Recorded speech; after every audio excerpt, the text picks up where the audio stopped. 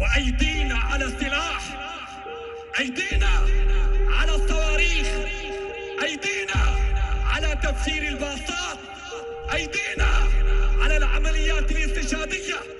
خلاص يا 7 مليون فلسطيني برا، بكفيكم تسخين، في عندكم يهود في كل مكان، يجب أن نهجم على كل يهودي متواجد في الكرة الأرضية ذبحا وقتلا بإذن الله سبحانه وتعالى. فلسطين من البحر إلى النهر، ولن نعترف بإسرائيل. Everyone knows that what happened on October 7th was an Israeli setup. Everyone knows it. What? Let's settle this question quickly. Israel claims that October 7th happened, and Hamas also claims that October 7th happened. Both sides agree on this, so don't make complete fools of yourself. إسرائيل دولة لا مقام لها على أرضنا. إحنا الدولة لابد أن نزيلها، لأنه بالفعل هي تعتبر كارثة أمنية وعسكرية وسياسية للأمة العربية والإسلامية، يجب أن تنتهي. لذلك احنا لا نخجل من نقول ذلك بكل قوه. إسرائيل لازم نأدبها، وحنأدبها مره ثانيه وثالثه، ومش هذا حتكون طوفان الاقصى اول مره، لا حتكون ثانيه وثالثه ورابعه، لانه احنا لدينا اصرار ولدينا قرار ولدينا امكانيه. اسم المحل هتلر وانا بحبه. Hamas is a subsidiary organization of M*Slim Brotherhood that infiltrated Gaza and West Bank in 1980s. Program of Hamas is the same as program of the rest of Palestinian terrorist organizations. M*Slim extremism, rejection of peace and Israel's right to exist, in short, a classic for Palestinians. In 2006, Hamas won the elections in Gaza and subsequently seized power there through a coup. And then, together with their allies, waged several wars with Israel, and you know the rest. And that brings me to their tactics of how they want to defeat the most powerful country in the Middle East. And I think their tactics are impressive actually. They know two things: one, that Israel cares for its people, and two, that the Western left and the Muslim world are easily provoked by casualties numbers and footage of dead children. And if you put two and two together, you get human shields, or, more precisely, bomb fodders. This tactic is eerily effective as it gives you partial protection for your fighters and good propaganda material, as this tactic results in a lot of casualties. But now I see how you write in the comments that everything about human shields is just Zionist propaganda and that Hamas are brave freedom fighters. Well, let's show you the undeniable evidence.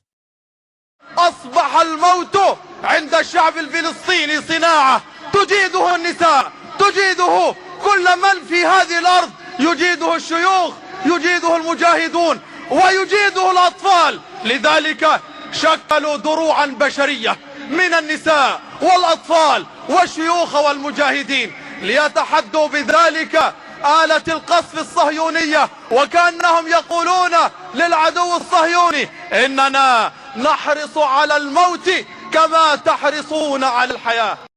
الدم في غزة إلى جانب المقاومة والقسام سينتصر على هذا المحتل، سينتصر على هذا العدو.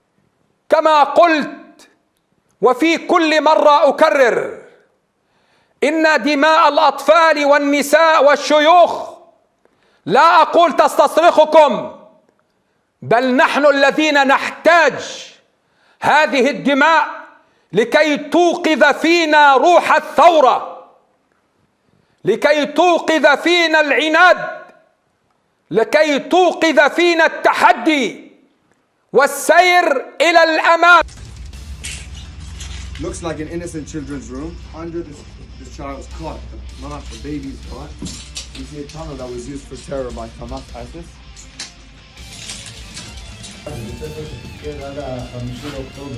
יומיים לפני המתקפה, אני יוצא רגע החוצה, אפשר להסתכל פה על כל המרחב. מצד אחד, נשחוק הסמל של ירושלים בהר הבית, תרשים והדרסים, בתוך הבית ספר עצמו, ממש במרכז שלו, בספר שאני מכיר, בשקט עד 5 לאוקטובר, ולמדו פה ילדים. אפשר לראות שיש פה ממש תחותי, אני מדבר ילדים חברים, אפשר לראות את הספירן שעובד עד למטה, בערך 30 מטר עומק של פיר, שהבית ספר מזין אותו בתשתיות חשמל.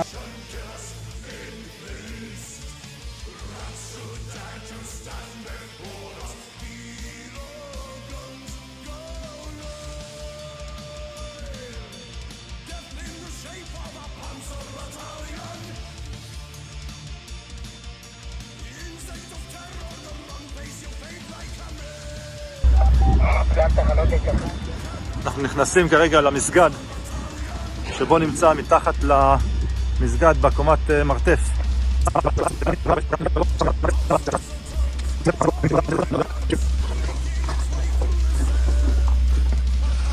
אפשר לראות את הפיר המבצעי שיורד למטה בשביל שהמחבלים יתחברו.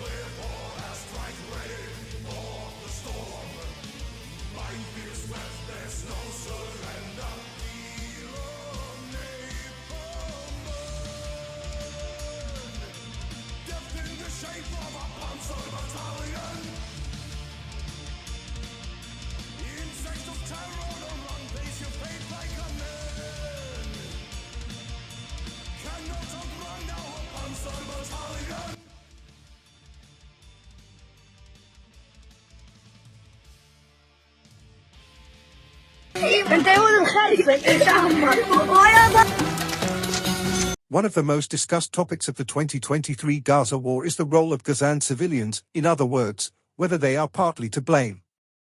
On an individual level, we would have to go from person to person, but here we are talking about the whole society. Several factors decide whether we can call a society complicit in the monstrosities of their government, such as the results of elections and public opinion polls, support for the regime through public events, the participation of civilians in the crimes of the regime, the absence of a moderate resistance to regime. And as you can see, the collective guilt is there. Therefore, it is necessary to de-radicalize Palestinian society like Germany after the Second World War. I mentioned this so you can't say I want genocide. Struggle to think of what a proportionate response. The proportionality of casualties is complete nonsense in wars, and it is certainly it's not way how to determine righteousness of war. I will give an example from history. During World War II, the United States lost 12,100 civilians, but Germany and Japan lost while fighting them more than 2 million civilians, and now you ironically tell me who was the bad guy in World War II. And it will probably surprise you, but when you combine 2 million civilians, half of whom are children, in an area of 365 square kilometers, and a high-intensity war, you simply get a lot of civilian casualties. That's not genocide, that's just the reality of war. Deal with it. But now it's time for little break.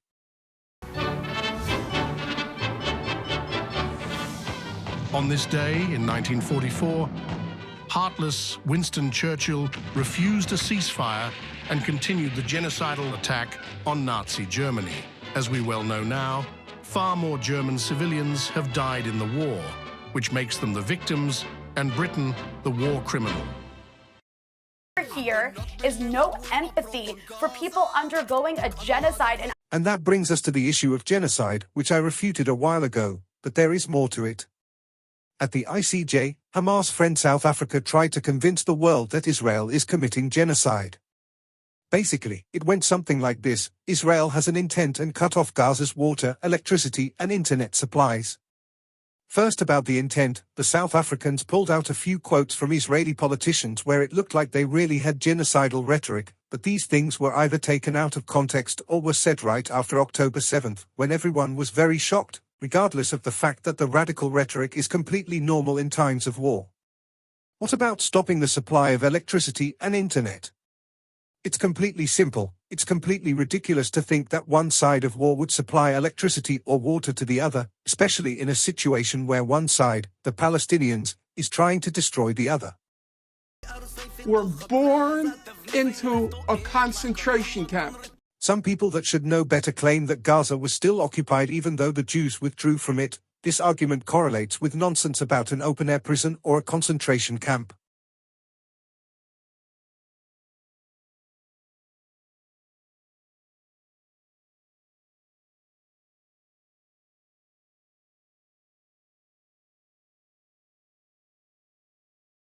Occupation is when armed forces of one country occupy the territory of another country and are able to hold it and exercise their powers there. In short, you cannot have an occupation without having soldiers in the streets. The best recruiter for Hamas is Israel. They will, but only if Israel does not see the war through to the end, because then the terrorists will easily succeed in poisoning the minds of the next generation of Palestinians and the cycle of violence will continue. They call them the Pioneers of Liberation and the Sword of Jerusalem summer camps, run by Hamas and Islamic Jihad. These videos, posted by Memory, the Middle East Media Research Institute, show what the youth of Gaza are doing. We asked Hitler why he left some of you alive. He did so in order to show us how wicked you are. We will come to you from under the ground and hammer fear into your hearts, and above the ground we will tear your bodies apart with our rockets. Scram into the shelters, you mice, you sons of a Jewish woman.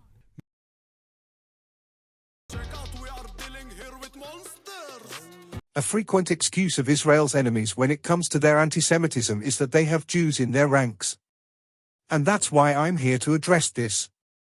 Are most Jews really against the existence of Israel? Some are, but it is a tiny fraction of the world's Jewish population. These traitors fall thankfully only into two groups: 1. Ultra-Orthodox Jews like Nacharit Carter, and 2. Far left-wing Jews, mainly communists. And their presence at demonstrations is always so small you can count their number on your fingers.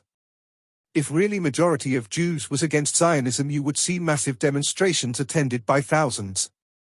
Protesters are basically clinging to the ladder of a ship. They've been... This subject is not about intent but about outcome. To speed it up, if pro-Palestinian people are unknowingly a weapon of war.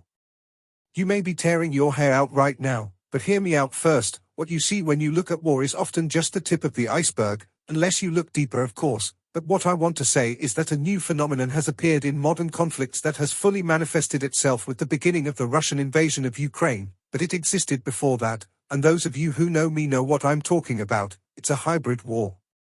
Today, wars are fought not only on battlefields, but also politically, economically, and also informationally on social networks. The bottom line is that their actions can directly affect the course of the war. I will give an example. The terrorists will create a narrative and people in the West will believe that narrative and start doing what the terrorists want, like try to weaken Israel by stopping military aid, for example. It is the same as if you stop the supply of weapons to Ukraine, you will also help Russia. But the bottom line is that people who spread this terrorist tumor will become weapons of terrorists. And let's be real, pro-Palestinian people themselves know who their support will help the most, I hope at least. From the nation to the sea, Palestine will be free. From the nation to the sea? No, from the mountains to the sea. So if you are part of the hybrid war against Israel, you are part of the war in Gaza and therefore a terrorist. It honestly irritates me that everything Israel does will inevitably be labeled as a war crime by pro-Palestinian people. For example, the evacuation of Palestinians from the north of Gaza was, according to them, ethnic cleansing, while if Israel hadn't done it, the same people would have criticized Israel for not evacuating them. As well as criticism of food airdrops. Israel can literally behave in the Gaza Strip like the Derlwanger Brigade in Warsaw, and their opinion on Israel would be the same.